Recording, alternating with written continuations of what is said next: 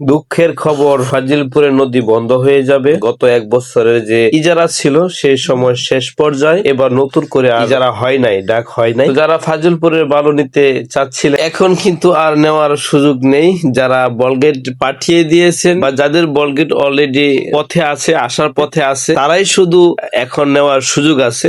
নতুন করে বলগেট পাঠিয়ে মাল নেওয়ার সম্ভাবনা এখন আর নেই। তো যারা বলগেট পাঠিয়ে দিয়েছেন বা এখনো বলগেট ফাজিলপুরে ঢুকে পড়েছে, যাদের বলগেট তারাই শুধু এখন বালু নিতে পারবে, বাকিরা নিতে পারবে, তার কোনো সুযোগ নেই। কারণ নদী পথে বলগেট আসতে সময় লাগে, চাইলে 1 ঘন্টার মধ্যে আসা সম্ভব না। তো এই খবরটা সবাইকে জানানোর জন্য এখন এই ভিডিওটা আপলোড দেওয়া, কারণ হঠাৎ করে সিদ্ধান্ত হয়েছে যে নদী বন্ধ হয়ে যাবে আর সর্বোচ্চ 4-5 দিন আছে। আর যাদের সুযোগ আছে যে বলগেট এখনো নদীর ফাজিলপুরের আশপাশে যাদের বলগেট আছে, তারা চাইলে এখনই আমাদের সাথে যোগাযোগ করতে পারেন। আপনারা চাইলে আমাদের কাছে এখনই নিতে পারেন।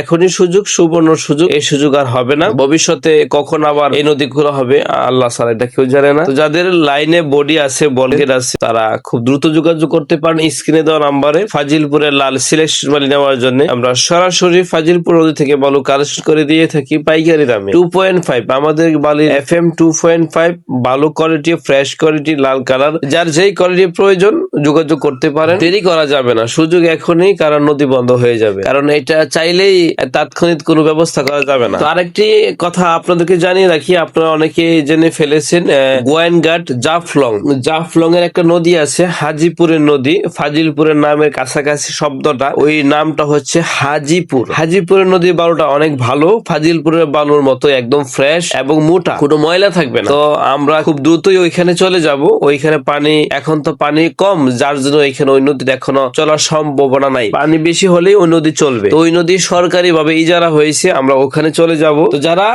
আমাদের কাছে হাজিপুরের বালু নিতে চান, তারাও আমাদের সাথে যোগাযোগ করে নিতে পারবেন। বলগেট পাঠিয়ে দিলে আমরা লোড করে দিব। সবাই ভালো থাকবেন, সুস্থ থাকবেন। আসসালামু আলাইকুম।